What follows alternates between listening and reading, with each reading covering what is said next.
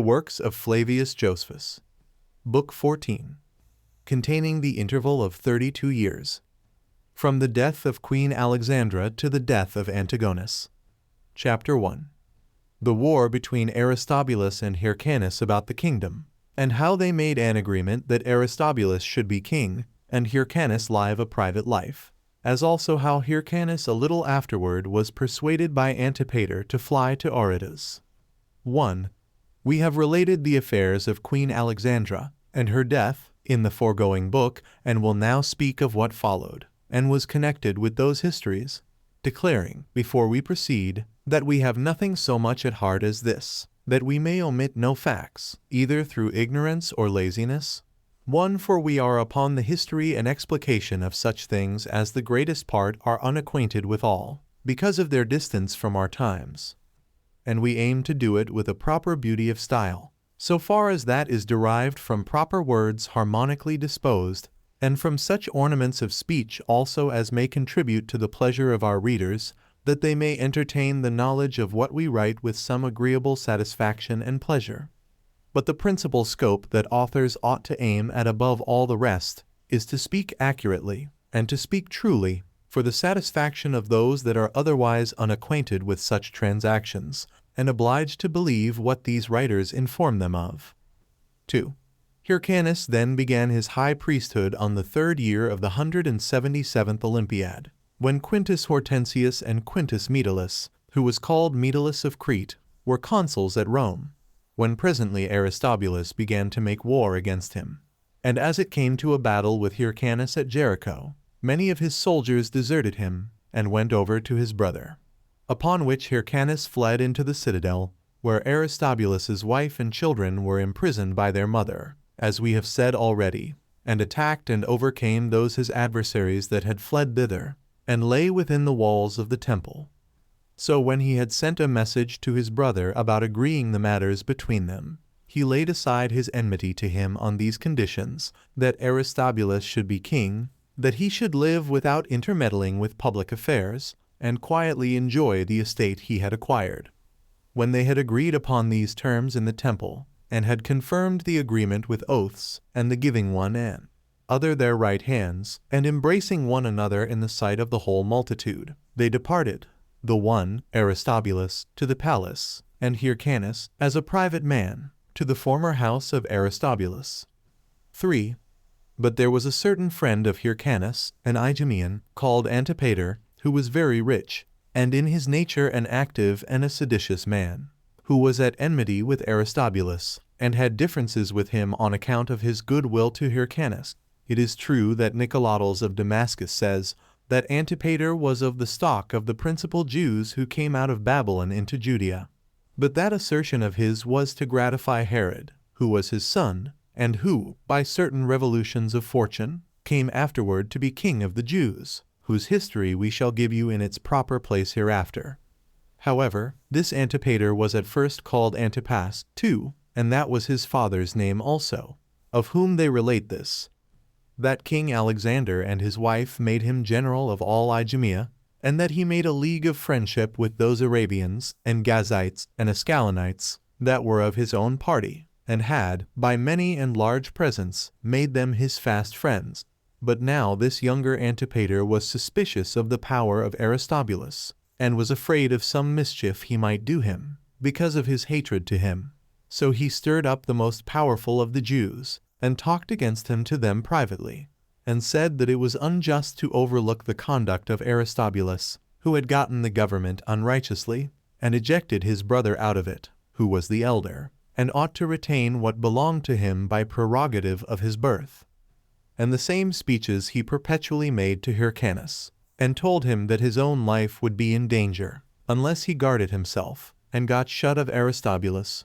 For he said that the friends of Aristobulus omitted no opportunity of advising him to kill him, as being then, and not before, sure to retain his principality. Hyrcanus gave no credit to these words of his, as being of a gentle disposition, and one that did not easily admit of calumnies against other men. This temper of his not disposing him to meddle with public affairs, and want of spirit, occasioned him to appear to spectators to be degenerous and unmanly, while, Aristobulus was of a contrary temper, an active man, and one of a great and generous soul. 4. Since therefore Antipater saw that Hyrcanus did not attend to what he said, he never ceased, day by day, to charge reigned crimes upon Aristobulus, and to calumniate him before him, as if he had a mind to kill him. And so, by urging him perpetually, he advised him, and persuaded him to fly to Aretas, the king of Arabia, and promised that if he would comply with his advice, he would also himself assist him and go with him. When Hyrcanus heard this, he said that it was for his advantage to fly away to Aretas. Now Arabia is a country that borders upon Judea. However, Hyrcanus sent Antipater first to the king of Arabia, in order to receive assurances from him, that when he should come in the manner of a supplicant to him, he would not deliver him up to his enemies. So Antipater, having received such assurances, returned to Hyrcanus to Jerusalem. A while afterward he took Hyrcanus, and stole out of the city by night, and went a great journey, and came and brought him to the city called Petra, where the palace of Aretas was. And as he was a very familiar friend of that king, he persuaded him to bring back Hyrcanus into Judea, and this persuasion he continued every day without any intermission. He also proposed to make him presents on that account. At length he prevailed with Aretas in his suit. Moreover, Hyrcanus promised him that when he had been brought thither, and had received his kingdom, he would restore that country, and those 12 cities which his father Alexander had taken from the Arabians, which were these: Medaba, Nebalo, Libias, Tharabasa, Agala, Athoni, Zor, Oron, Marissa, Rudda, Lussa, and Oruba. Chapter 2. How Aretas and Hyrcanus made an expedition against Aristobulus and besieged Jerusalem, and how Scaurus the Roman general raised the siege, concerning the death of Onias. 1. After these promises had been given to Aretas, he made an expedition against Aristobulus with an army of 50,000 horse and foot, and beat him in the battle. And when after that victory many went over to Hyrcanus as deserters, Aristobulus was left desolate, and fled to Jerusalem. Upon which the king of Arabia took all his army, and made an assault upon the temple, and besieged Aristobulus therein, the people still supporting Hyrcanus, and assisting him in the siege, while none but the priests continued with Aristobulus. So Aretas united the forces of the Arabians and of the Jews together, and pressed on the siege vigorously. As this happened at the time when the feast of unleavened bread was celebrated, which we call the Passover, the principal men among the Jews left the country, and fled into Egypt. Now there was one, whose name was Onias, a righteous man was, and beloved of God, who, in a certain drought, had prayed to God to put an end to the intense heat, and whose prayers God had heard, and had sent them rain. This man had hid himself, because he saw that this sedition would last a great while. However, they brought him to the Jewish camp, and desired that as by his prayers he had once put an end to the drought, so he would in like manner make imprecations on Aristobulus and those of his faction. And when, upon his refusal, and the excuses that he made, he was still by the multitude compelled to speak, he stood up in the midst of them, and said, O God, the King of the whole world, since those that stand now with me are thy people, and those that are besieged are also thy priests, I beseech thee, that thou wilt neither hearken to the prayers of those against these, nor bring to effect what these pray against those. Whereupon such wicked Jews as stood about him, as soon as he had made this prayer, stoned him to death. 2. But God punished them immediately for this their barbarity, and took vengeance of them for the murder of Onias, in the manner following. While the priests and Aristobulus were besieged, it happened that the feast called the Passover was come, at which it is our custom to offer a great number of sacrifices to God. But those that were with Aristobulus wanted sacrifices, and desired that their countrymen without would furnish them with such sacrifices, and assured them they should have as much money for them as they should desire. And when they required them to pay 1,000 drachmae for each head of cattle, Aristobulus and the priests willingly undertook to pay for them accordingly. And those within let down the money over the walls, and gave it them.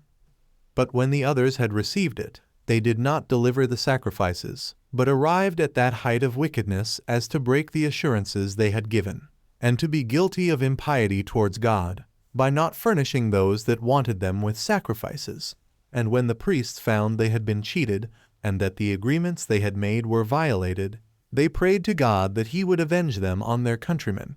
Nor did he delay their punishment, but sent a strong and vehement storm of wind, that destroyed the fruits of the whole country, till a modius of wheat was then bought for 11 drachmae. 3. In the meantime Pompey sent Scaurus into Syria, while he was himself in Armenia, and making war with Tigranes. But when Scaurus was come to Damascus, and found that Laurens and Metellus had newly taken the city, he came himself hastily into Judea.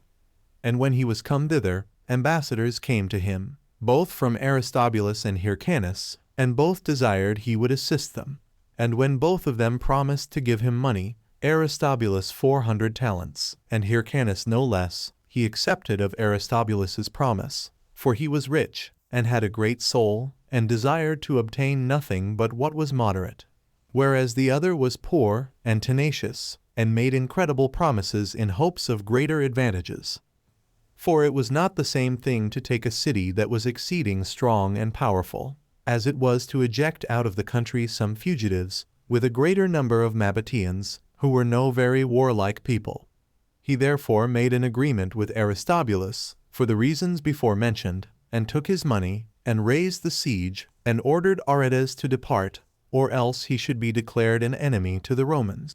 So Scaurus returned to Damascus again, and Aristobulus, with a great army, made war with Aretas and Hyrcanus, and fought them at a place called Papyren, and beat them in the battle, and slew about 6,000 of the enemy, with whom fell Phalion also, the brother of Antipater.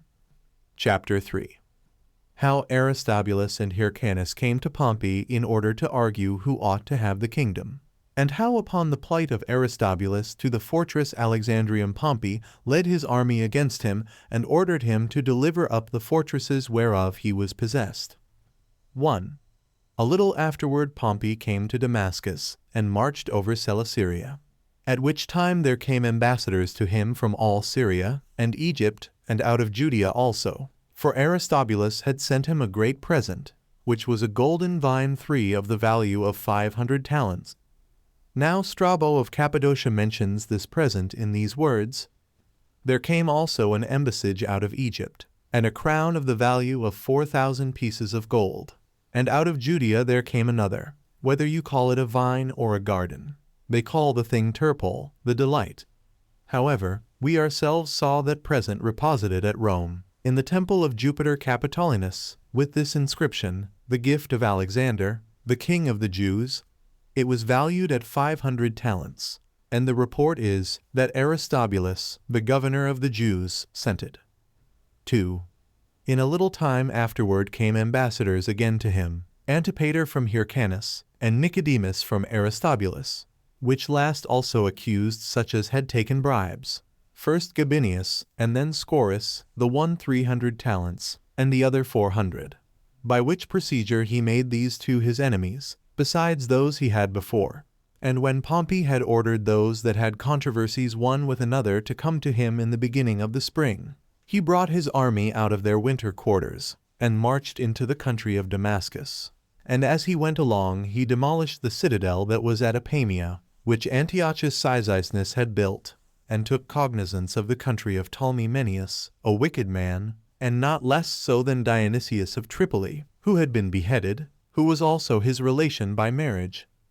Yet did he buy off the punishment of his crimes for 1,000 talents, with which money Pompey paid the soldiers their wages. He also conquered the place called Lysias, of which Silas a Jew was tyrant. And when he had passed over the cities of Heliopolis and Chalcis, and got over the mountain which is on the limit of Colsyria, he came from Pella to Damascus.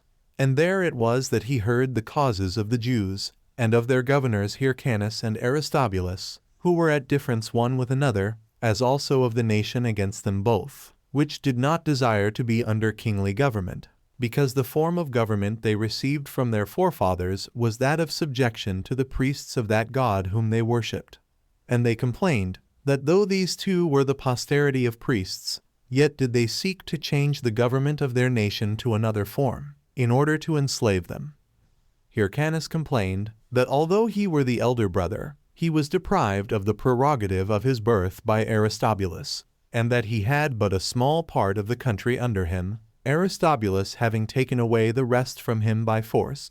He also accused him that the incursions which had been made into their neighbors' countries, and the piracies that had been at sea, were owing to him, and that the nation would not have revolted unless Aristobulus had been a man given to violence and disorder. And there were no fewer than 1,000 Jews, of the best esteem among them, who confirmed this accusation, which confirmation was procured by Antipater. But Aristobulus alleged against him that it was Hyrcanus's own temper, which was inactive, and on that account contemptible, which caused him to be deprived of the government, and that for himself he was necessitated to take it upon him, for fear lest it should be transferred to others, and that as to his title of king, it was no other than what his father had taken before him. He also called for witnesses of what he said some persons who were both young and insolent, whose purple garments, fine heads of hair, and other ornaments, were detested by the court, and which they appeared in, not as though they were to plead their cause in a court of justice, but as if they were marching in a pompous procession. 3. When Pompey had heard the causes of these two, and had condemned Aristobulus for his violent procedure, he then spake civilly to them, and sent them away, and told them that when he came again into their country, he would settle all their affairs, after he had first taken a view of the affairs of the Nabateans. In the meantime, he ordered them to be quiet, and treated Aristobulus civilly, lest he should make the nation revolt, and hinder his return, which yet Aristobulus did. For without expecting any further determination, which Pompey had promised them, he went to the city Delius, and thence marched into Judea. 4. At this behavior Pompey was angry, and taking with him that army which he was leading against the Nabateans, and the auxiliaries that came from Damascus, and the other parts of Syria, with the other Roman legions which he had with him, he made an expedition against Aristobulus. But as he passed by Pella and Scythopolis, he came to Coram, which is the first entrance into Judea when one passes over the midland countries, where he came to a most beautiful fortress that was built on the top of a mountain called Alexandrium, whither Aristobulus had fled. And thence Pompey sent his commands to him, that he should come to him. Accordingly, at the persuasions of many that he would not make war with the Romans, he came down, and when he had disputed with his brother about the right to the government, he went up again to the citadel, as Pompey gave him leave to do, and this he did 2 or 3 times, as flattering himself with the hopes of having the kingdom granted him, so that he still pretended he would obey Pompey in whatsoever he commanded, although at the same time he retired to his fortress, that he might not depress himself too low, and that he might be prepared for a war, in case it should prove as he feared, that Pompey would transfer the government to Hyrcanus. But when Pompey enjoined Aristobulus to deliver up the fortresses he held, and to send an injunction to their governors under his own hand for that purpose, for they had been forbidden to deliver them up upon any other commands, he submitted indeed to do so. But still he retired in displeasure to Jerusalem, and made preparation for war. A little after this, certain persons came out of Pontus, and informed Pompey, as he was on the way, and conducting his army against Aristobulus, that Mithridates was dead, and was slain by his son Pharmaces. Chapter 4. How Pompey, when the citizens of Jerusalem shut their gates against him, besieged the city, and took it by force, as also what other things he did in Judea. 1. Now when Pompey had pitched his camp at Jericho, where the palm tree grows, and that balsam which is an ointment of all the most precious, which upon any incision made in the wood with a sharp stone, distills out thence like a juice, for he marched in the morning to Jerusalem. Hereupon Aristobulus repented of what he was doing, and came to Pompey, had promised to give him money, and received him into Jerusalem, and desired that he would leave off the war, and do what he pleased peaceably. So Pompey, upon his entreaty, forgave him, and sent Gabinius, and soldiers with him, to receive the money and the city. Yet was no part of this performed, but Gabinius came back, being both excluded out of the city and receiving none of the money promised, because Aristobulus's soldiers would not permit the agreements to be executed. At this Pompey was very angry, and put Aristobulus into prison, and came himself to the city, which was strong on every side, excepting the north, which was not so well fortified. For there was a broad and deep ditch that encompassed the city 5, and included within it the temple, which was itself encompassed about with a very strong stone wall. 2. Now there was a sedition of the men that were within the city, who did not agree what was to be done in their present circumstances, while some thought it best to deliver up the city to Pompey. But Aristobulus's party exhorted them to shut the gates, because he was kept in prison. Now these prevented the others, and seized upon the temple, and cut off the bridge which reached from it to the city, and prepared themselves to abide a siege. But the others admitted Pompey's army in, and delivered up both the city and the king's palace to him. So Pompey sent his lieutenant Piso with an army, and placed garrisons both in the city and in the palace, to secure them, and fortified the houses that joined to the temple, and all those which were more distant and without it. And in the first place, he offered terms of accommodation to those within. But when they would not comply with what was desired, he encompassed all the places thereabout with a wall, wherein Hyrcanus did gladly assist him on all occasions. But Pompey pitched his camp within the wall, on the north part of the temple, where it was most practicable. But even on that side there were great towers, and a ditch had been dug, and a deep valley begirt it round about. For on the parts towards the city were precipices, and the bridge on which Pompey had gotten in was broken down. However, a bank was raised day by day with a great deal of labor, while the Romans cut down materials for it from the places round about. And when this bank was sufficiently raised, and the ditch filled up, though but poorly, by reason of its immense depth, he brought his mechanical engines and battering rams from Tyre, and placing them on the bank, he battered the temple with the stones that were thrown against it.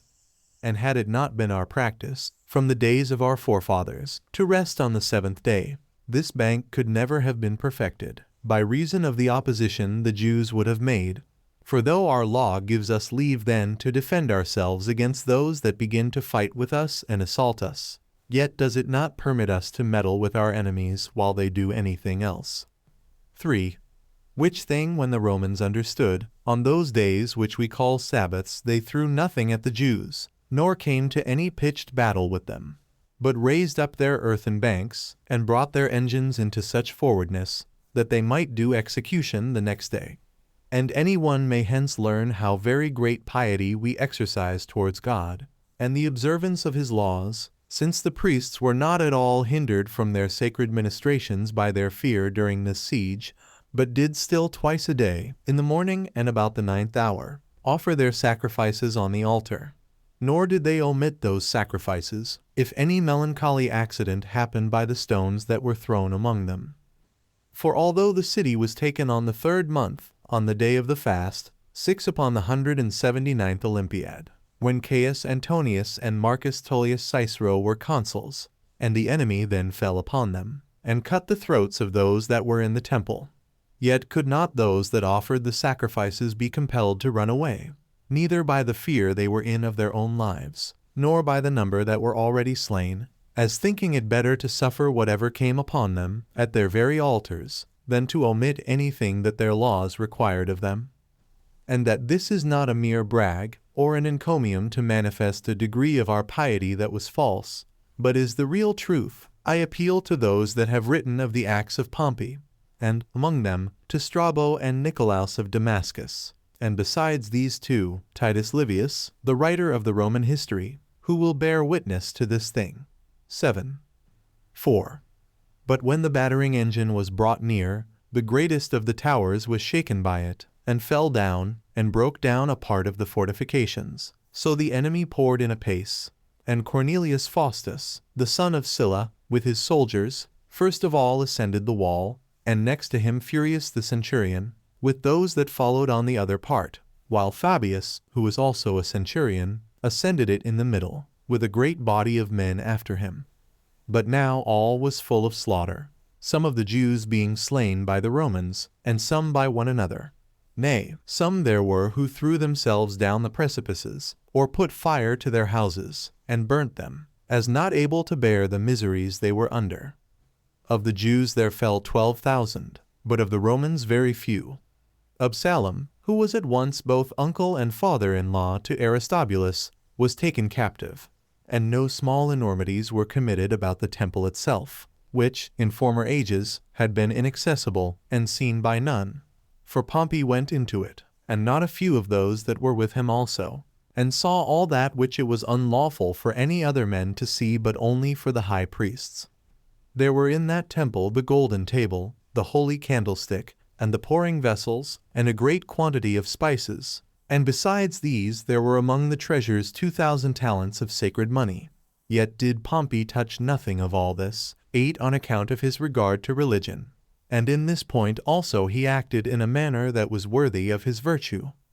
The next day he gave order to those that had the charge of the temple to cleanse it, and to bring what offerings the law required to God, and restored the high priesthood to Hyrcanus, both because he had been useful to him in other respects, and because he hindered the Jews in the country from giving Aristobulus any assistance in his war against him. He also cut off those that had been the authors of that war, and bestowed proper rewards on Faustus, and those others that mounted the wall with such alacrity. And he made Jerusalem tributary to the Romans, and took away those cities of Celesyria which the inhabitants of Judea had subdued, and put them under the government of the Roman president, and confined the whole nation, which had elevated itself so high before, within its own bounds. Moreover, he rebuilt Gadara, 9 which had been demolished a little before, to gratify Demetrius of Gadara, who was his freedman, and restored the rest of the cities, Hippos, and Scythopolis, and Pella, and Dios, and Samaria, as also Marissa, and Ashdod, and Jamnia, and Arethusa, to their own inhabitants. These were in the inland parts, besides those that had been demolished, and also of the maritime cities, Gaza, and Joppa, and Dora, and Stratos Tower, which last Herod rebuilt after a glorious manner, and adorned with havens and temples, and changed its name to Caesarea. All these Pompey left in a state of freedom, and joined them to the province of Syria. 5. Now the occasions of this misery which came upon Jerusalem were Hyrcanus and Aristobulus, by raising a sedition one against the other. For now we lost our liberty, and became subject to the Romans, and were deprived of that country which we had gained by our arms from the Syrians, and were compelled to restore it to the Syrians. Moreover, the Romans exacted of us, in a little time, above 10,000 talents, and the royal authority, which was a dignity formerly bestowed on those that were high priests, by the right of their family, became the property of private men. But of these matters we shall treat in their proper places. Now Pompey committed Celesyria, as far as the river Euphrates and Egypt, to Scaurus, with 2 Roman legions, and then went away to Cilicia, and made haste to Rome. He also carried bound along with him Aristobulus and his children, for he had 2 daughters, and as many sons, the one of which ran away, but the younger, Antigonus, was carried to Rome, together with his sisters. Chapter 5. How Scaurus made a league of mutual assistance with Aretas, and what Gabinius did in Judea, after he had conquered Alexander, the son of Aristobulus. 1. Scaurus made now an expedition against Patria, in Arabia, and set on fire all the places round about it, because of the great difficulty of access to it. And as his army was pinched by famine, Antipater furnished him with corn out of Judea, and with whatever else he wanted, and this at the command of Hyrcanus. And when he was sent to Aretas, as an ambassador by Scaurus, because he had lived with him formerly, he persuaded Aretas to give Scaurus a sum of money, to prevent the burning of his country, and undertook to be his surety for 300 talents. So Scaurus, upon these terms, ceased to make war any longer, which was done as much at Scaurus's desire, as at the desire of Aretas. 2. Some time after this, when Alexander, the son of Aristobulus, made an incursion into Judea, Gabinius came from Rome into Syria, as commander of the Roman forces. He did many considerable actions, and particularly made war with Alexander, since Hyrcanus was not yet able to oppose his power. but was already attempting to rebuild the wall of Jerusalem, which Pompey had overthrown, although the Romans which were there restrained him from that his design. However, Alexander went over all the country round about, and armed many of the Jews, and suddenly got together 10,000 armed footmen, and 1,500 horsemen, and fortified Alexandrium, a fortress near to Coram, and Machaerus, near the mountains of Arabia. Gabinius therefore came upon him, having sent Marcus Antonius, with other commanders, before. These armed such Romans as followed them, and, together with them, such Jews as were subject to them, whose leaders were Pytholaus and Malachus. And they took with them also their friends that were with Antipater, and met Alexander, while Gabinius himself followed with his legion. Hereupon Alexander retired to the neighborhood of Jerusalem, where they fell upon one another, and it came to a pitched battle, in which the Romans slew of their enemies about 3,000, and took a like number alive. 3. At which time Gabinius 10 came to Alexandrium, and invited those that were in it to deliver it up on certain conditions, and promised that then their former offenses should be forgiven. But as a great number of the enemy had pitched their camp before the fortress, whom the Romans attacked, Marcus Antonius fought bravely, and slew a great number, and seemed to come off with the greatest honor. So Gabinius left part of his army there, in order to take the place, and he himself went into other parts of Judea, and gave order to rebuild all the cities that he met with that had been demolished. At which time were rebuilt Samaria, Ashdod, Scythopolis, Anthedon, Raphia, and Dora, Marissa also, and Gaza, and not a few others besides. And as the men acted according to Gabinius's command, it came to pass that at this time these cities were securely inhabited, which had been desolate for a long time. 4.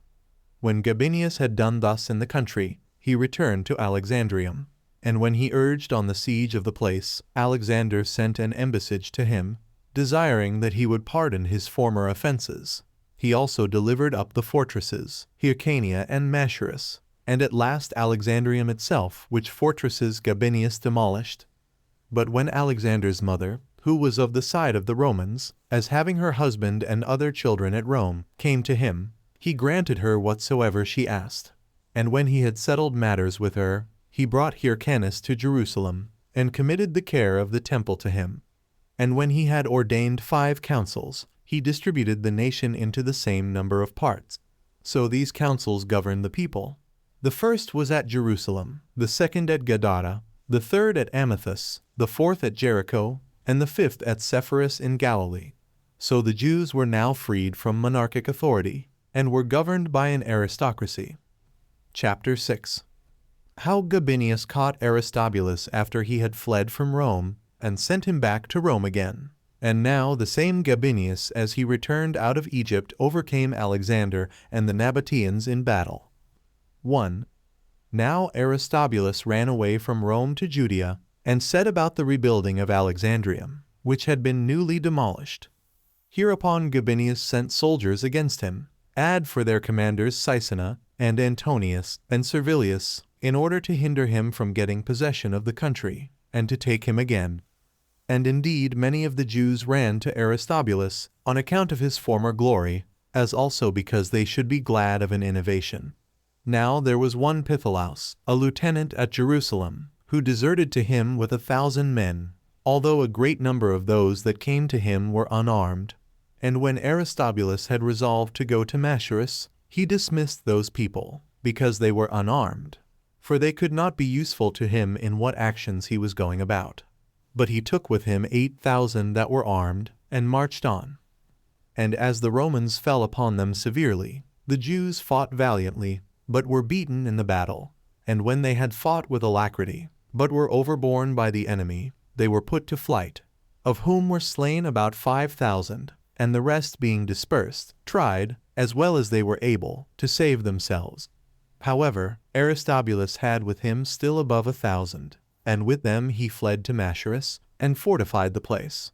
And though he had had ill success, he still had good hope of his affairs. But when he had struggled against the siege for 2 days' time, and had received many wounds, he was brought as a captive to Gabinius, with his son Antigonus, who also fled with him from Rome. And this was the fortune of Aristobulus, who was sent back again to Rome, and was there retained in bonds, having been both king and high priest for 3 years and 6 months, and was indeed an eminent person, and one of a great soul. However, the Senate let his children go, upon Gabinius's writing to them that he had promised their mother so much when she delivered up the fortresses to him, and accordingly they then returned into Judea.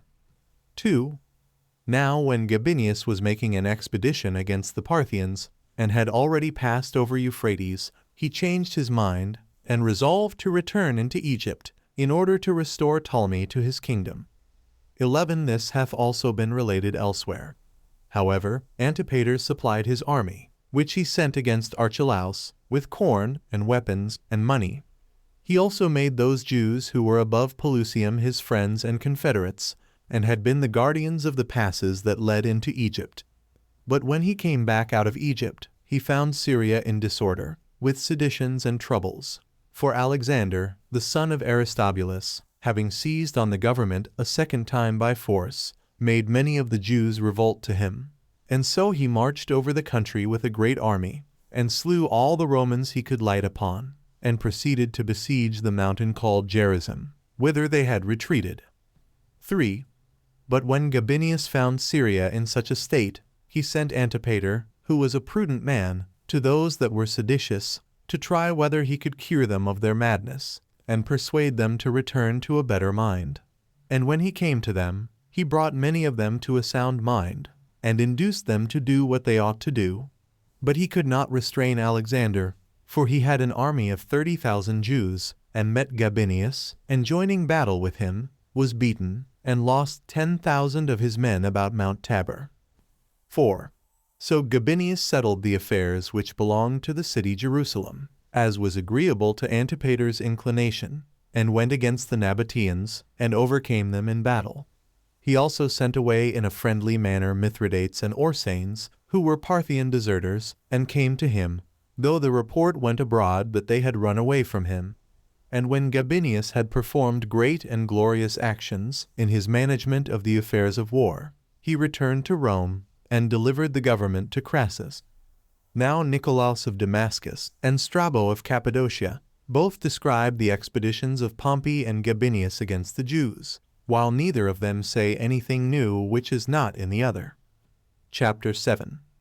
How Crassus came into Judea, and pillaged the temple, and then marched against the Parthians and perished, with his army.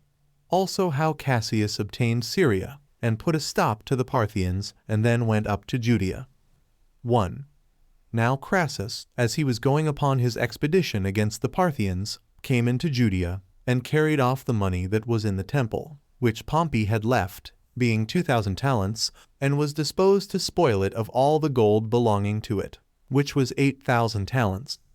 He also took a beam, which was made of solid beaten gold, of the weight of 300 minae, each of which weighed 2 pounds and a half. It was the priest who was guardian of the sacred treasures, and whose name was Eleazar, that gave him this beam, not out of a wicked design, for he was a good and a righteous man, but being entrusted with the custody of the veils belonging to the temple, which were of admirable beauty, and of very costly workmanship, and hung down from this beam, when Lai saw that Crassus was busy in gathering money, and was in fear for the entire ornaments of the temple, he gave him this beam of gold as a ransom for the whole, but this not till he had given his oath that he would remove nothing else out of the temple, but be satisfied with this only, which he should give him, being worth many 10,000 shekels. Now this beam was contained in a wooden beam that was hollow, but was known to no others, but Eleazar alone knew it. Yet did Crassus take away this beam, upon the condition of touching nothing else that belonged to the temple, and then brake his oath, and carried away all the gold that was in the temple. 2. And let no one wonder that there was so much wealth in our temple, since all the Jews throughout the habitable earth, and those that worshipped God, nay, even those of Asia and Europe, sent their contributions to it, and this from very ancient times. Nor is the largeness of these sums without its attestation, nor is that greatness owing to our vanity, as raising it without ground to so great a height. But there are many witnesses to it, and particularly Strabo of Cappadocia, who says thus: Mithridates sent to Kos, and took the money which Queen Cleopatra had deposited there, as also 800 talents belonging to the Jews. Now we have no public money, but only what appertains to God. And it is evident that the Asian Jews removed this money out of fear of Mithridates. For it is not probable that those of Judea, who had a strong city and temple, should send their money to Kos. Nor is it likely that the Jews who are inhabitants of Alexandria should do so neither, since they were ill no fear of Mithridates. And Strabo himself bears witness to the same thing in another place, that at the same time that Sylla passed over into Greece, in order to fight against Mithridates, he sent Lucullus to put an end to a sedition that our nation, of whom the habitable earth is full, had raised in Cyrene, where he speaks thus: There were 4 classes of men among those of Cyrene, that of citizens, that of husbandmen, the 3rd of strangers, and the 4th of Jews. Now these Jews are already gotten into all cities, and it is hard to find a place in the habitable earth that hath not admitted this tribe of men, and is not possessed by them. And it hath come to pass that Egypt and Cyrene, as having the same governors, and a great number of other nations, imitate their way of living, and maintain great bodies of these Jews in a peculiar manner, and grow up to greater prosperity with them, and make use of the same laws with that nation also. Accordingly, the Jews have places assigned them in Egypt, wherein they inhabit, besides what is peculiarly allotted to this nation at Alexandria, which is a large part of that city. There is also an ethnarch allowed them, who governs the nation, and distributes justice to them, and takes care of their contracts, and of the laws to them belonging, as if he were the ruler of a free republic. In Egypt, therefore, this nation is powerful, because the Jews were originally Egyptians, and because the land wherein they inhabit, since they went thence, is near to Egypt. They also removed into Cyrene, because that this land adjoined to the government of Egypt, as well as does Judea, or rather was formerly under the same government. And this is what Strabo says. 3. So when Crassus had settled all things as he himself pleased, he marched into Parthia, where both he himself and all his army perished, as hath been related elsewhere. But Cassius, as he fled from Rome to Syria, took possession of it, and was an impediment to the Parthians, who by reason of their victory over Crassus made incursions upon it. And as he came back to Tyre, he went up into Judea also, and fell upon Tarichae, and presently took it, and carried about 30,000 Jews captives, and slew Pitholaus, who succeeded Aristobulus in his seditious practices, and that by the persuasion of Antipater, who proved to have great interest in him, and was at that time in great repute with the Idumeans also, out of which nation he married a wife, who was the daughter of one of their eminent men, and her name was Cypros, 12 by whom he had 4 sons, Phasael and Herod, who was afterwards made king, and Joseph, and Pheroras, and a daughter named Salome. This Antipater cultivated also a friendship and mutual kindness with other potentates, but especially with the king of Arabia, to whom he committed his children, while he fought against Aristobulus. So Cassius removed his camp, and marched to Euphrates, to meet those that were coming to attack him, as hath been related by others. 4. But some time afterward Caesar, when he had taken Rome, and after Pompey and the Senate were fled beyond the Ionian Sea, freed Aristobulus from his bonds, and resolved to send him into Syria, and delivered 2 legions to him, that he might set matters right, as being a potent man in that country. But Aristobulus had no enjoyment of what he hoped for from the power that was given him by Caesar. For those of Pompey's party prevented it, and destroyed him by poison, and those of Caesar's party buried him. His dead body also lay, for a good while, embalmed in honey, till Antony afterwards sent it to Judea, and caused him to be buried in the royal sepulchre. But Scipio, upon Pompey's sending to him to slay Alexander, the son of Aristobulus, because the young man was accused of what offenses he had been guilty of at first against the Romans, cut off his head, and thus did he die at Antioch. But Ptolemy, the son of Menneus, who was the ruler of Chalcis under Mount Libanus, took his brethren to him, and sent his son Philippian to Ascalon to Aristobulus's wife, and desired her to send back with him her son Antigonus, and her daughters, the one of which, whose name was Alexandra, Philippian fell in love with, and married her, though afterward his father Ptolemy slew him, and married Alexandra, and continued to take care of her brethren. Chapter 8. The Jews become confederates with Caesar when he fought against Egypt. The glorious actions of Antipater, and his friendship with Caesar. The honors which the Jews received from the Romans and Athenians. 1. Now after Pompey was dead, and after that victory Caesar had gained over him, Antipater, who managed the Jewish affairs, became very useful to Caesar when he made war against Egypt, and that by the order of Hyrcanus. For when Mithridates of Pergamus was bringing his auxiliaries, and was not able to continue his march through Pelusium, but obliged to stay at Ascalon, Antipater came to him, conducting 3,000 of the Jews, armed men. He had also taken care the principal men of the Arabians should come to his assistance. And on his account it was that all the Syrians assisted him also, as not willing to appear behindhand in their alacrity for Caesar, viz., Jamblichus the ruler, and Ptolemy his son, and Ptolemy the son of Sohaemus, who dwelt at Mount Libanus, and almost all the cities. So Mithridates marched out of Syria, and came to Pelusium, and when its inhabitants would not admit him, he besieged the city. Now Antipater signalized himself here, and was the first who plucked down a part of the wall, and so opened a way to the rest, whereby they might enter the city, and by this means Pelusium was taken. But it happened that the Egyptian Jews, who dwelt in the country called Onion, would not let Antipater and Mithridates, with their soldiers, pass to Caesar.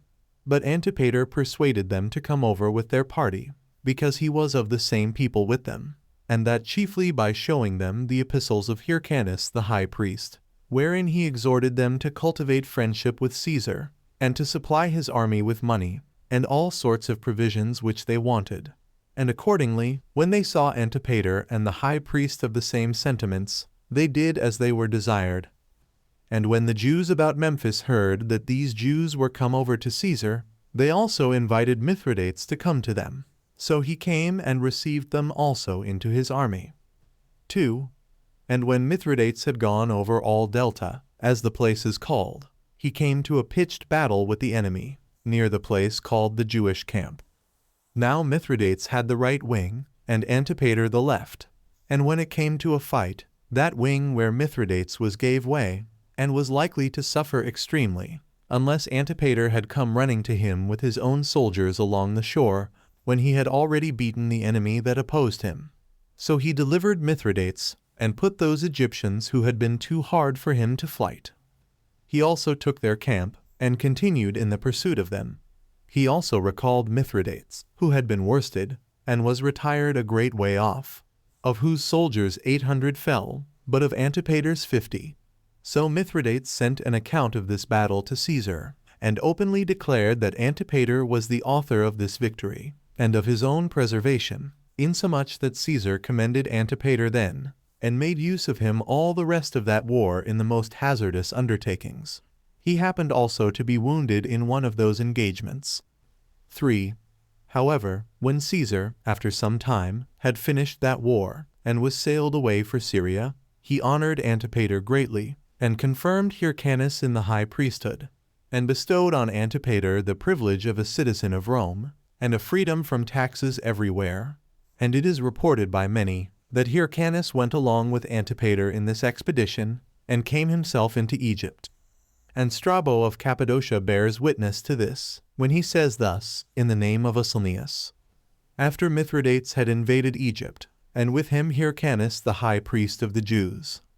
Nay, the same Strabo says thus again, in another place, in the name of Hypsicrates, that Mithridates at first went out alone, but that Antipater, who had the care of the Jewish affairs, was called by him to Ascalon, and that he had gotten ready 3,000 soldiers to go along with him, and encouraged other governors of the country to go along with him also, and that Hyrcanus the high priest was also present in this expedition. This is what Strabo says. 4. But Antigonus, the son of Aristobulus, came at this time to Caesar, and lamented his father's fate, and complained, that it was by Antipater's means that Aristobulus was taken off by poison, and his brother was beheaded by Scipio, and desired that he would take pity of him who had been ejected out of that principality which was due to him. He also accused Hyrcanus and Antipater as governing the nation by violence, and offering injuries to himself. Antipater was present, and made his defense as to the accusations that were laid against him. He demonstrated that Antigonus and his party were given to innovation, and were seditious persons. He also put Caesar in mind what difficult services he had undergone when he assisted him in his wars, and discoursed about what he was a witness of himself. He added that Aristobulus was justly carried away to Rome, as one that was an enemy to the Romans, and could never be brought to be a friend to them, and that his brother had no more than he deserved from Scipio, as being seized in committing robberies, and that this punishment was not inflicted on him in a way of violence or injustice by him that did it. 5. When Antipater had made this speech, Caesar appointed Hyrcanus to be high priest, and gave Antipater what principality he himself should choose, leaving the determination to himself. So he made him procurator of Judea. He also gave Hyrcanus leave to raise up the walls of his own city, upon his asking that favor of him, for they had been demolished by Pompey. And this grant he sent to the consuls to Rome, to be engraven in the Capitol. The decree of the Senate was this that follows. 13. Lucius Valerius, the son of Lucius the praetor, referred this to the Senate, upon the Ides of December, in the Temple of Concord.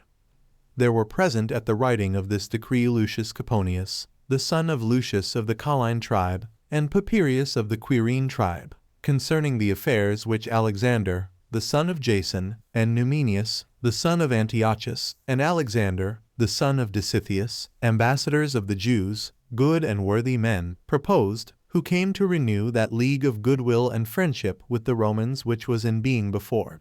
They also brought a shield of gold, as a mark of confederacy, valued at 50,000 pieces of gold, and desired that letters might be given them, directed both to the free cities and to the kings, that their country and their havens might be at peace, and that no one among them might receive any injury. It therefore pleased the Senate to make a league of friendship and goodwill with them, and to bestow on them whatsoever they stood in need of, and to accept of the shield which was brought by them. This was done in the 9th year of Hyrcanus the high priest and ethnarch, in the month Panis.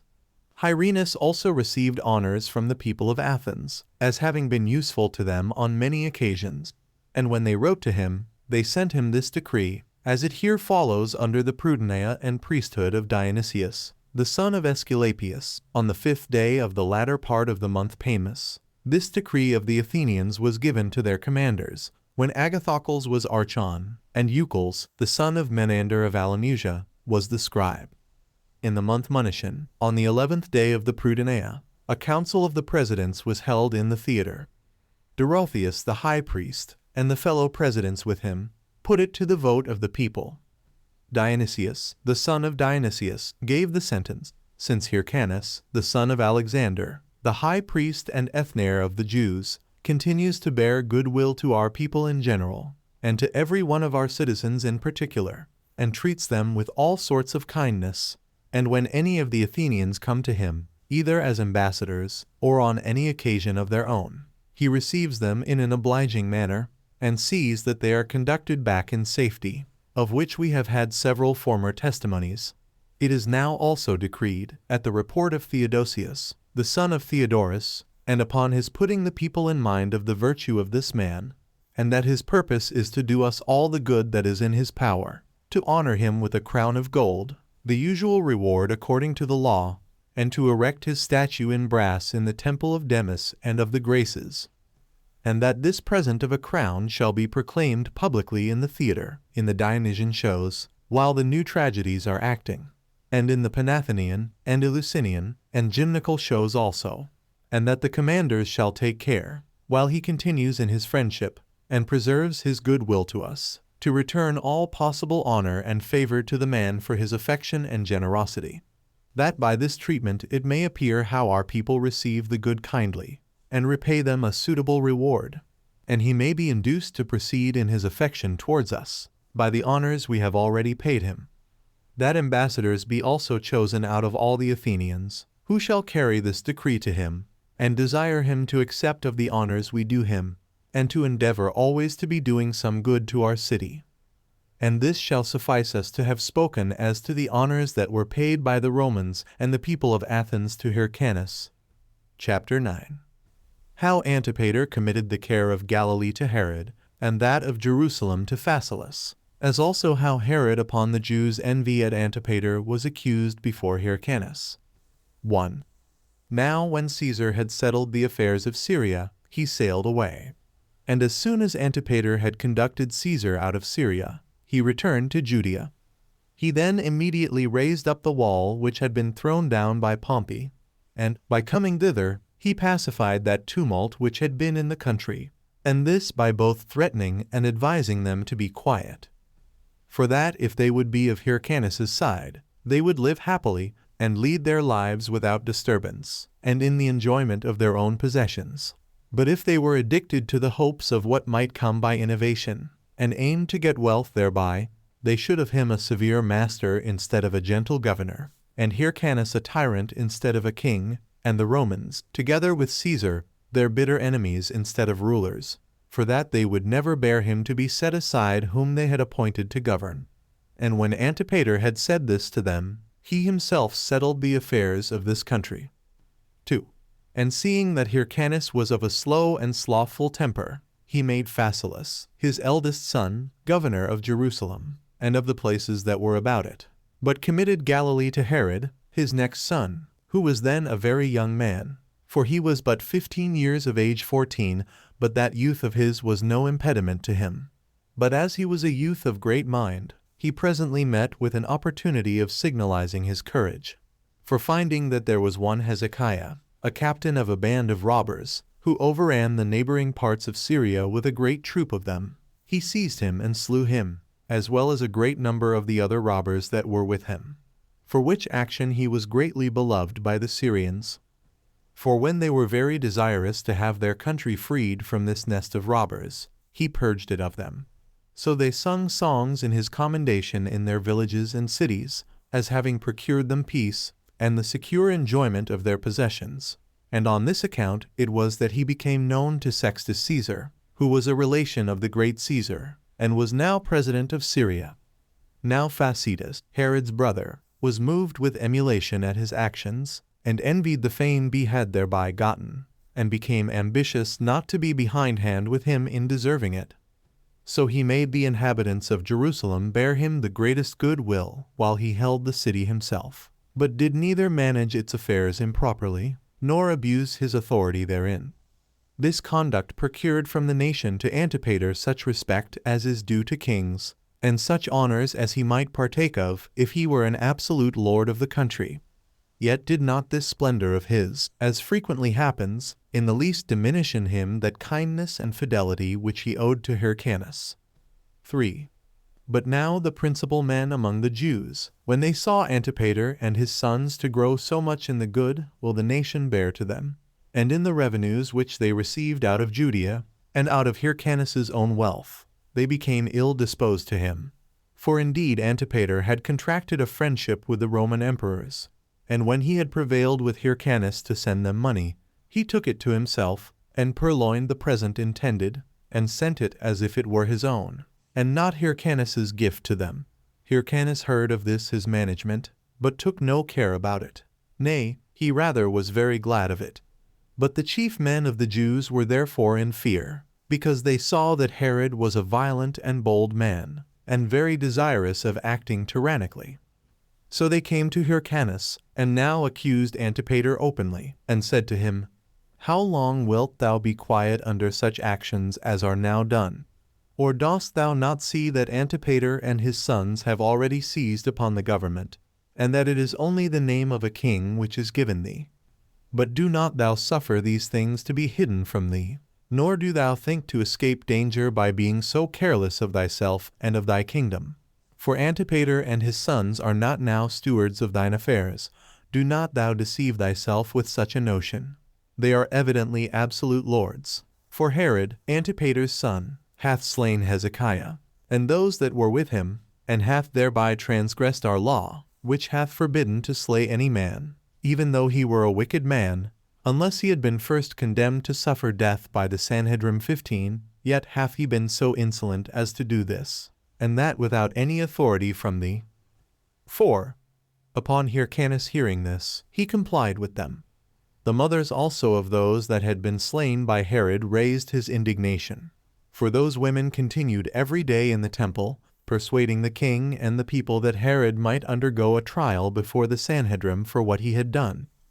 Hyrcanus was so moved by these complaints that he summoned Herod to come to his trial for what was charged upon him.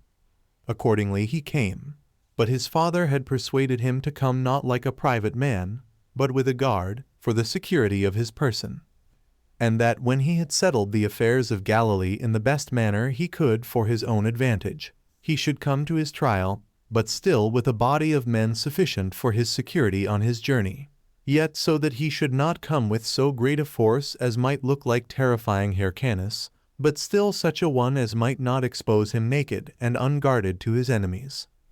However, Sextus Caesar, president of Syria, wrote to Hyrcanus, and desired him to clear Herod, and dismiss him at his trial, and threatened him beforehand if he did not do it. Which epistle of his was the occasion of Hyrcanus delivering Herod from suffering any harm from the Sanhedrim, for he loved him as his own son.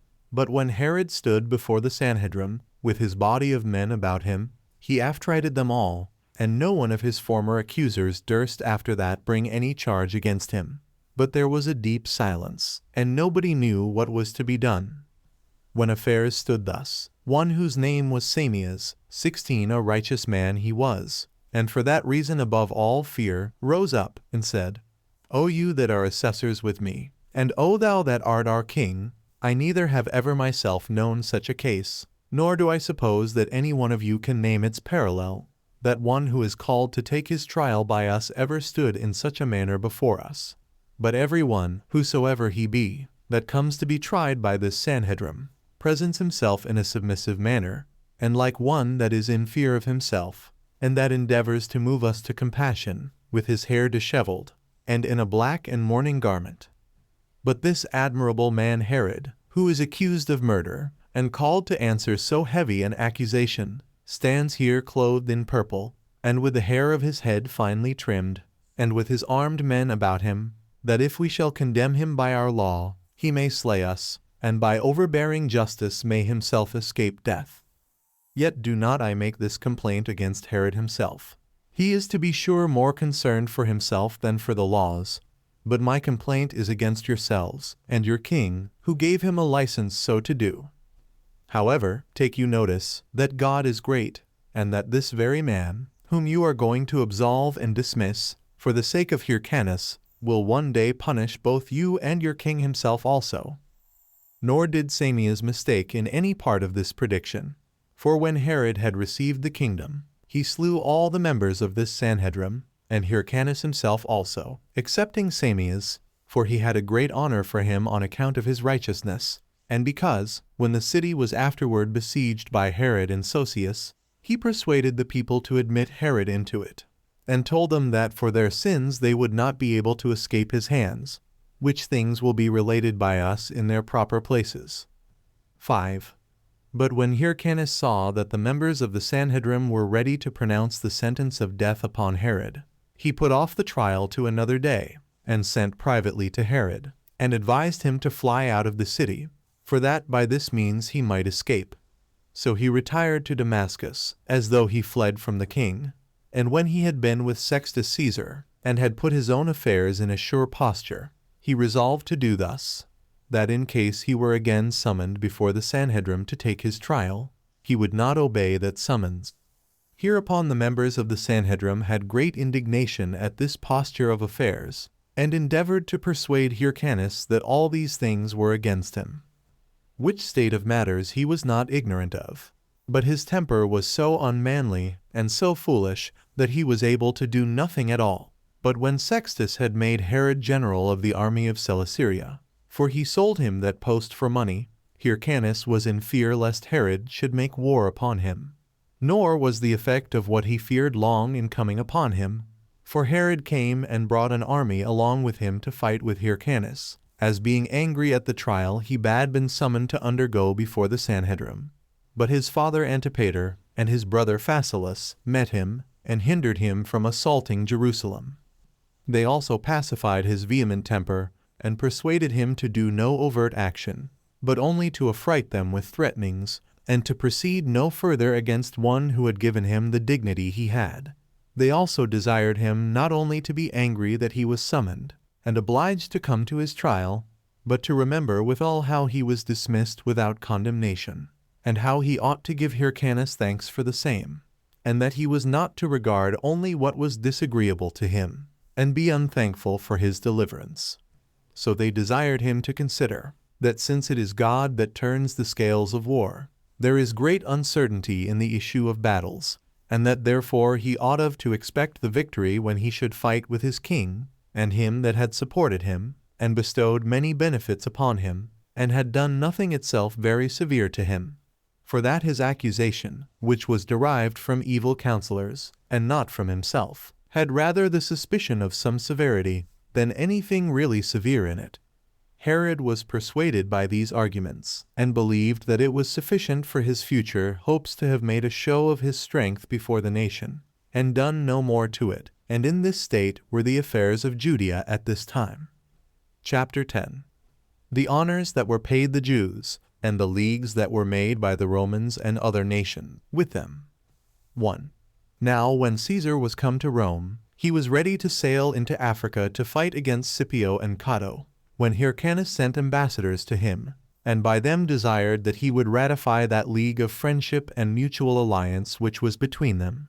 And it seems to me to be necessary here to give an account of all the honors that the Romans and their emperor paid to our nation, and of the leagues of mutual assistance they have made with it, that all the rest of mankind may know what regard the kings of Asia and Europe have had to us, and that they have been abundantly satisfied of our courage and fidelity. For whereas many will not believe what hath been written about us by the Persians and Macedonians, because those writings are not everywhere to be met with, nor do lie in public places, but among us ourselves and certain other barbarous nations, while there is no contradiction to be made against the decrees of the Romans, for they are laid up in the public places of the cities, and are extant still in the Capitol, and engraven upon pillars of brass. Nay, besides this, Julius Caesar made a pillar of brass for the Jews at Alexandria, and declared publicly that they were citizens of Alexandria. Out of these evidences will I demonstrate what I say, and will now set down the decrees made both by the Senate and by Julius Caesar, which relate to Hyrcanus and to our nation. 2. Caius Julius Caesar, Imperator and High Priest, and Dictator the second time, to the magistrates, Senate, and people of Sidon, sendeth greeting. If you be in health, it is well. I also and the army are well. I have sent you a copy of that decree, registered on the tables, which concerns Hyrcanus, the son of Alexander, the high priest and ethnarch of the Jews, that it may be laid up among the public records. And I will that it be openly proposed in a table of brass, both in Greek and in Latin. It is as follows: I, Julius Caesar, Imperator the second time, and High Priest, have made this decree, with the approbation of the Senate. Whereas Hyrcanus, the son of Alexander the Jew, hath demonstrated his fidelity and diligence about our affairs, and this both now and in former times, both in peace and in war, as many of our generals have borne witness, and came to our assistance in the last Alexandrian war, 17 with 1,500 soldiers. And when he was sent by me to Mithridates, showed himself superior in valor to all the rest of that army. For these reasons I will that Hyrcanus, the son of Alexander, and his children, be ethnarchs of the Jews, and have the high priesthood of the Jews forever, according to the customs of their forefathers, and that he and his sons be our confederates, and that besides this, every one of them be reckoned among our particular friends. I also ordain that he and his children retain whatsoever privileges belong to the office of high priest, or whatsoever favors have been hitherto granted them. And if at any time hereafter there arise any questions about the Jewish customs, I will that he determine the same. And I think it not proper that they should be obliged to find us winter quarters, or that any money should be required of them. 3.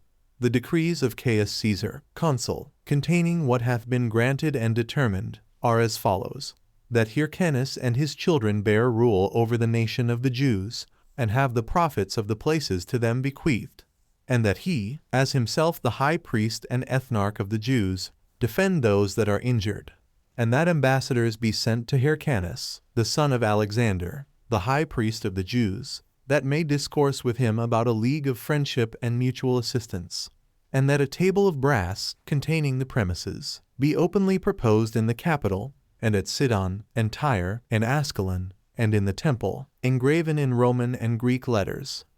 That this decree may also be communicated to the quaestors and praetors of the several cities, and to the friends of the Jews, and that the ambassadors may have presents made them, and that these decrees be sent everywhere. 4. Caius Caesar, imperator, dictator, consul, hath granted, that out of regard to the honor, and virtue, and kindness of the man, and for the advantage of the Senate, and of the people of Rome, Hyrcanus, the son of Alexander, both he and his children, be high priests and priests of Jerusalem, and of the Jewish nation, by the same right, and according to the same laws, by which their progenitors have held the priesthood. 5.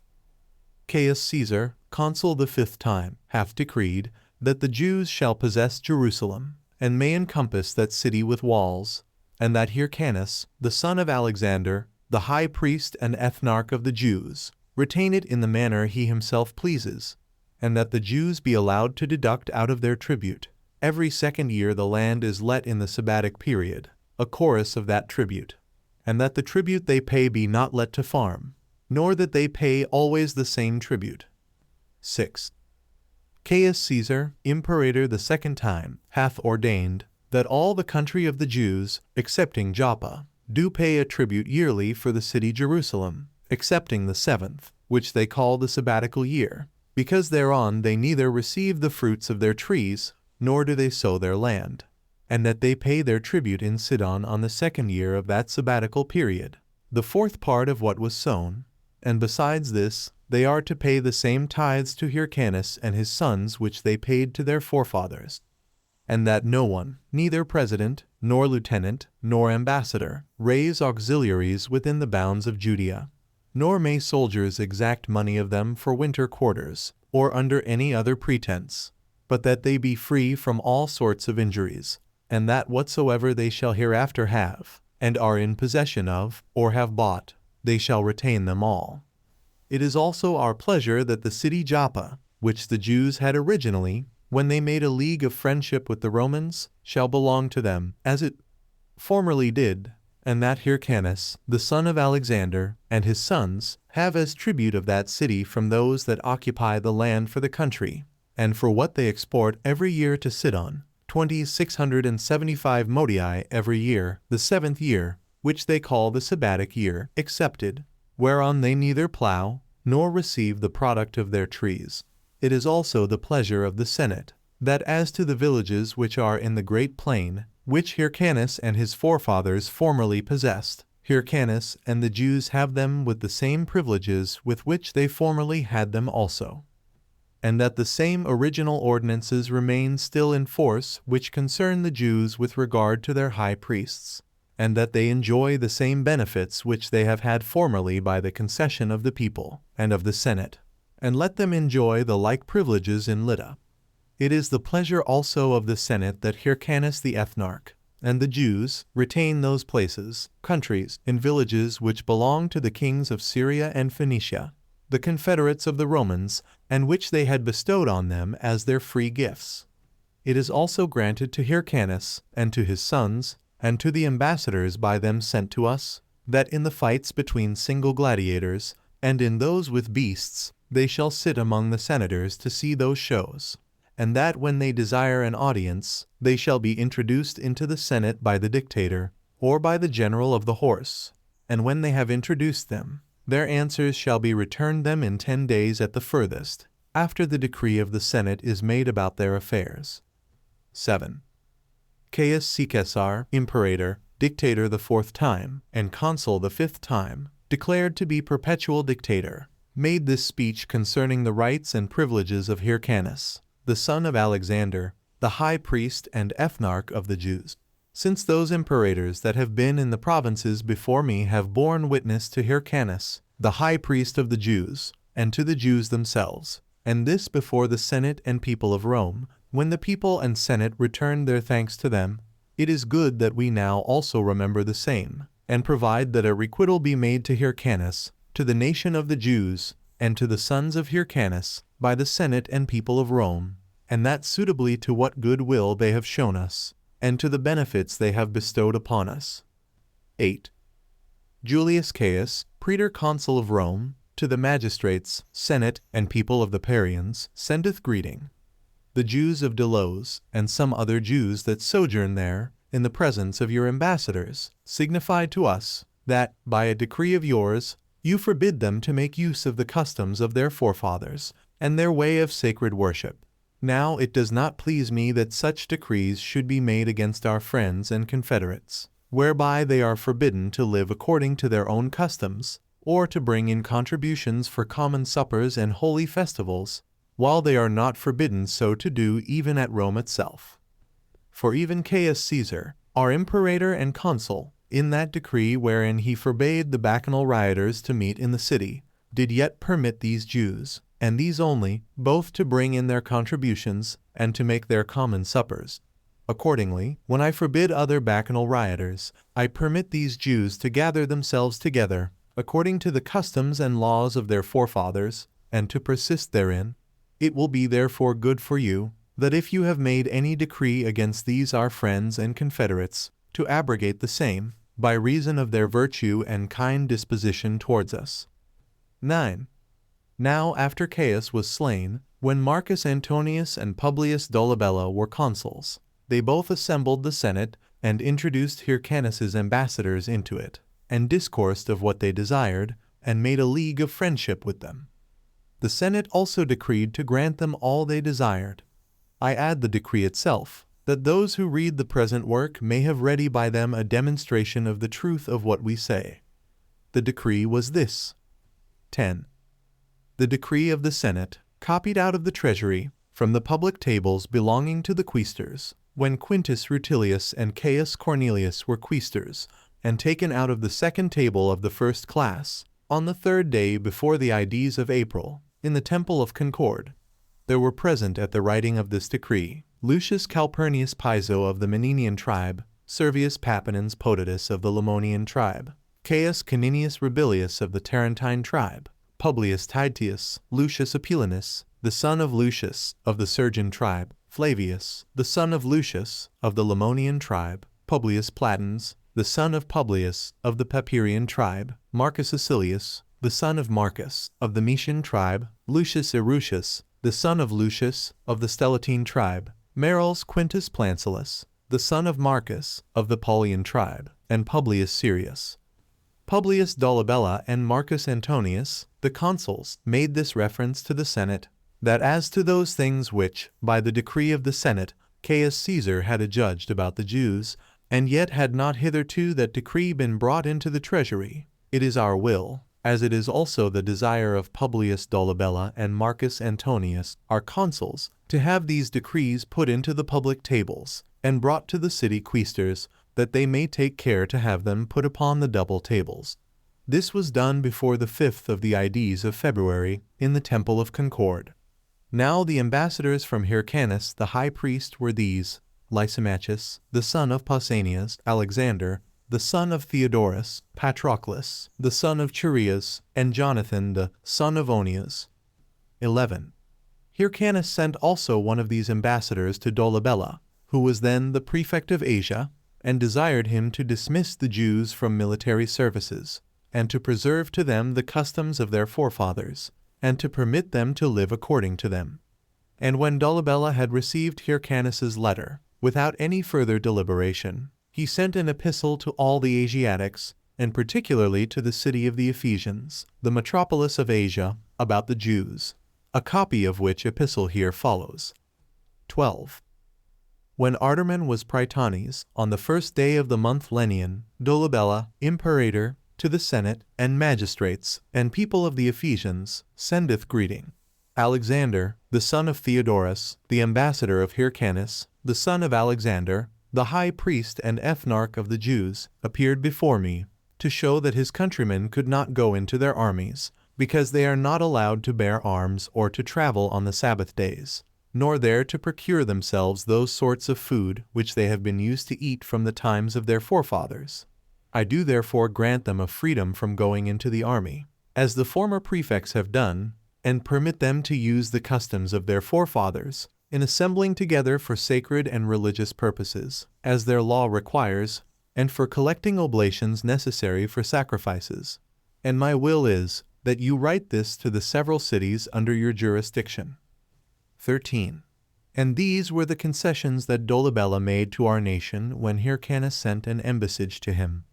But Lucius the consul's decree ran thus: I have at my tribunal set these Jews, who are citizens of Rome, and follow the Jewish religious rites, and yet live at Ephesus, free from going into the army, on account of the superstition they are under.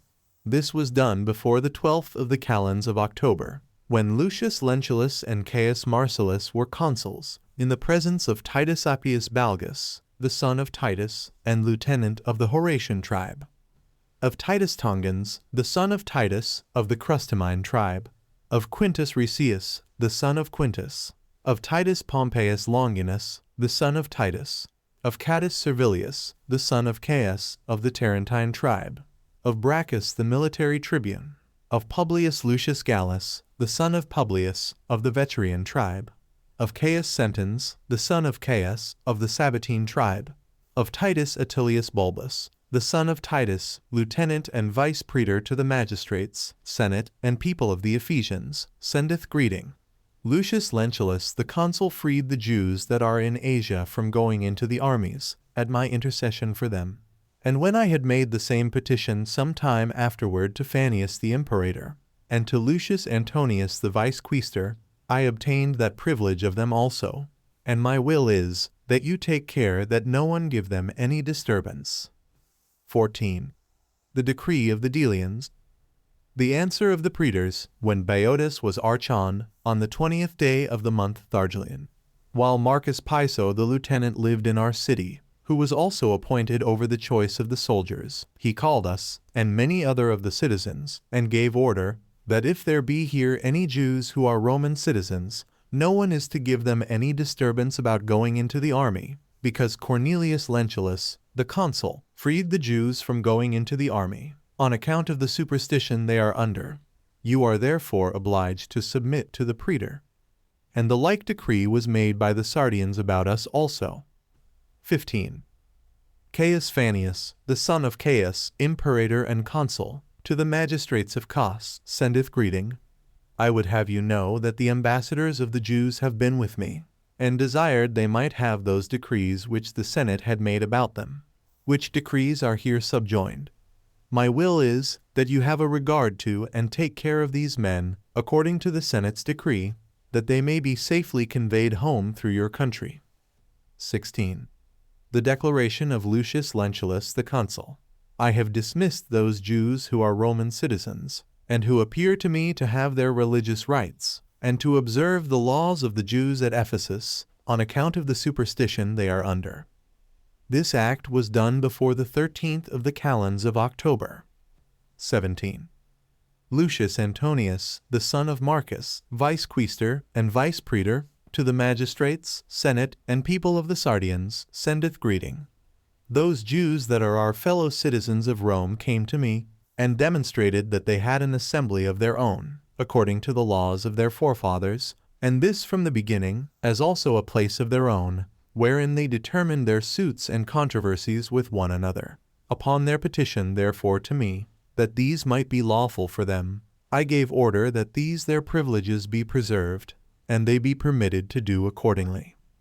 18. The declaration of Marcus Publius, the son of Spurius, and of Marcus, the son of Marcus, and of Lucius, the son of Publius. We went to the proconsul, and informed him of what Dositheus, the son of Cleopatrida of Alexandria, desired, that, if he thought good, he would dismiss those Jews who were Roman citizens, and were wont to observe the rites of the Jewish religion, on account of the superstition they were under. Accordingly, he did dismiss them. This was done before the 13th of the calends of October. 19. In the month Quintius, when Lucius Lentulus and Caius Marcellus were consuls, and there were present Titus Appius Balbus, the son of Titus, lieutenant of the Horatian tribe, Titus Tongius of the Crustumine tribe, Quintus Ricius, the son of Quintus, Titus Pompeius, the son of Titus, Cornelius Longinus, Caius Servilius Brachus, the son of Caius, a military tribune of the Tarentine tribe, Publius Clusius Gallus, the son of Publius, of the Veturian tribe, Caius Tudius, the son of Caius, a milital tribune of the Emulgian tribe, Sextus Attilius Serenus, the son of Sextus, of the Esquiline tribe, Caius Pompeius, the son of Caius, of the Sabbatine tribe, Titus Appius Menander, the son of Titus, Publius Servilius Strabo, the son of Publius, Lucius Paxius Capito, the son of Lucius, of the Colline tribe, Aulus Furius Tertius, the son of Aulus, and Appius Menus. In the presence of these it was that Lentulus pronounced this decree: I have before the tribunal dismissed those Jews that are Roman citizens, and are accustomed to observe the sacred rites of the Jews at Ephesus, on account of the superstition they are under. 20. The magistrates of the Laodiceans to Caius Rubilius, the son of Caius, the consul, sendeth greeting. Sopater, the ambassador of Hyrcanus the high priest, hath delivered us an epistle from thee, whereby he lets us know that certain ambassadors were come from Hyrcanus, the high priest of the Jews, and brought an epistle written concerning their nation, wherein they desire that the Jews may be allowed to observe their Sabbaths and other sacred rites according to the laws of their forefathers, and that they may be under no command, because they are our friends and confederates, and that nobody may injure them in our provinces. Now, although the Trallians there present contradicted them, and were not pleased with these decrees, yet didst thou give order that they should be observed, and informedst us that thou hadst been desired to write this to us about them. We therefore, in obedience to the injunctions we have received from thee, have received the epistle which thou sentest us, and have laid it up by itself among our public records. And as to the other things about which thou didst send to us, we will take care that no complaint be made against us. 21. Publius Servilius, the son of Publius, of the Galban tribe, the proconsul, to the magistrates, senate, and people of the Mileslands, sendeth greeting. Prytanes, the son of Hermes, a citizen of yours, came to me when I was at Tralles, and held a court there, and informed me that you used the Jews in a way different from my opinion, and forbade them to celebrate their Sabbaths, and to perform the sacred rites received from their forefathers, and to manage the fruits of the land, according to their ancient custom, and that he had himself been the promulger of your decree, according as your laws require. I would therefore have you know, that upon hearing the pleadings on both sides, I gave sentence that the Jews should not be prohibited to make use of their own customs. 22. The decree of those of Pergamus. When Cratipus was Prytanes, on the first day of the month Decius, the decree of the praetors was this: since the Romans, following the conduct of their ancestors, undertake dangers for the common safety of all mankind, and are ambitious to settle their confederates and friends in happiness, and in firm peace, and since the nation of the Jews, and their high priest Hyrcanus, sent as ambassadors to them, Strato, the son of Theodatus, and Apollonius, the son of Alexander, and Ennias, the son of Antipater, and Aristobulus, the son of Amontus, and Sosipater, the son of Philip, worthy and good men, who gave a particular account of their affairs. The Senate thereupon made a decree about what they had desired of them, that Antiochus the king, the son of Antiochus, should do no injury to the Jews, the confederates of the Romans, and that the fortresses, and the havens, and the country, and whatsoever else he had taken from them, should be restored to them, and that it may be lawful for them to export their goods out of their own havens, and that no king nor people may have leave to export any goods, either out of the country of Judea or out of their havens, without paying customs, but only Ptolemy, the king of Alexandria, because he is our confederate and friend, and that, according to their desire, the garrison that is in Joppa may be ejected. Now Lucius Pettius, one of our senators, a worthy and good man, gave order that we should take care that these things should be done according to the Senate's decree, and that we should take care also that their ambassadors might return home in safety. Accordingly, we admitted Theodorus into our Senate and Assembly, and took the epistle out his hands, as well as the decree of the Senate. And as he discoursed with great zeal about the Jews, and described Hyrcanus's virtue and generosity, and how he was a benefactor to all men in common, and particularly to every body that comes to him, we laid up the epistle in our public records, and made a decree ourselves, that since we also are in confederacy with the Romans, we would do everything we could for the Jews, according to the Senate's decree. Theodorus also, who brought the epistle, desired of our praetors that they would send Hyrcanus a copy of that decree, as also ambassadors to signify to him the affection of our people to him, and to exhort them to preserve and augment their friendship for us, and be ready to bestow other benefits upon us, as justly expecting to receive proper requitals from us, and desiring them to remember that our ancestors 19 were friendly to the Jews even in the days of Abraham, who was the father of all the Hebrews, as we have also found it set down in our public records. 23. The decree of those of Halicarnassus, when Memnon, the son of Orstidas by descent, but by adoption of Eunymus, was priest, on the **** day of the month Aristerian, the decree of the people, upon the representation of Marcus Alexander, was this: since we have ever a great regard to piety towards God, and to holiness, and since we aim to follow the people of the Romans, who are the benefactors of all men, and what they have written to us about a league of friendship and mutual assistance between the Jews and our city, and that their sacred offices and accustomed festivals and assemblies may be observed by them, we have decreed that as many men and women of the Jews as are willing so to do may celebrate their Sabbaths, and perform their holy offices according to Jewish laws, and may make their prosody at the seaside, according to the customs of their forefathers. And if any one, whether he be a magistrate or private person, hindereth them from so doing, he shall be liable to a fine, to be applied to the uses of the city. 24. The decree of the Sardians. This decree was made by the Senate and people, upon the representation of the praetors, whereas those Jews who are fellow citizens, and live with us in this city, have ever had great benefits heaped upon them by the people, and have come now into the Senate, and desired of the people, that upon the restitution of their law and their liberty, by the Senate and people of Rome, they may assemble together, according to their ancient legal custom, and that we will not bring any suit against them about it, and that a place may be given them where they may have their congregations, with their wives and children, and may offer, as did their forefathers, their prayers and sacrifices to God. Now the Senate and people have decreed to permit them to assemble together on the days formerly appointed, and to act according to their own laws, and that such a place be set apart for them by the praetors, for the building and inhabiting the same, as they shall esteem fit for that purpose, and that those that take care of the provision for the city shall take care that such sorts of food as they esteem fit for their eating may be imported into the city. 25. The decree of the Ephesians.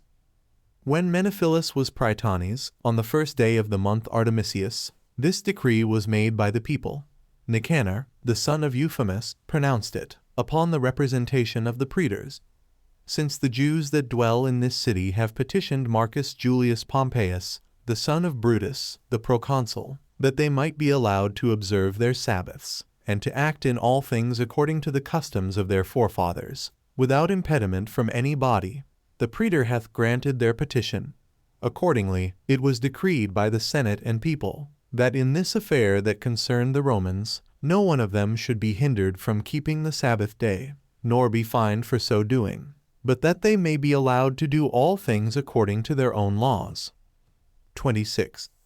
Now there are many such decrees of the Senate and imperators of the Romans 20, and those different from these before us, which have been made in favor of Hyrcanus and of our nation, as also there have been more decrees of the cities and rescripts of the praetors, to such epistles as concerned our rights and privileges, and certainly such as are not ill disposed to what we write may believe that they are all to this purpose, and that by the specimens which we have inserted. For since we have produced evident marks that may still be seen of the friendship we have had with the Romans, and demonstrated that those marks are engraven upon columns and tables of brass in the Capitol, that acts still in being, and preserved to this day, we have omitted to set them all down, as needless and disagreeable. For I cannot suppose anyone so perverse as not to believe the friendship we have had with the Romans, while they have demonstrated the same by such a great number of their decrees relating to us. Nor will they doubt of our fidelity as to the rest of those decrees, since we have shown the same in those we have produced, and thus have we sufficiently explained that friendship and confederacy we at those times had with the Romans.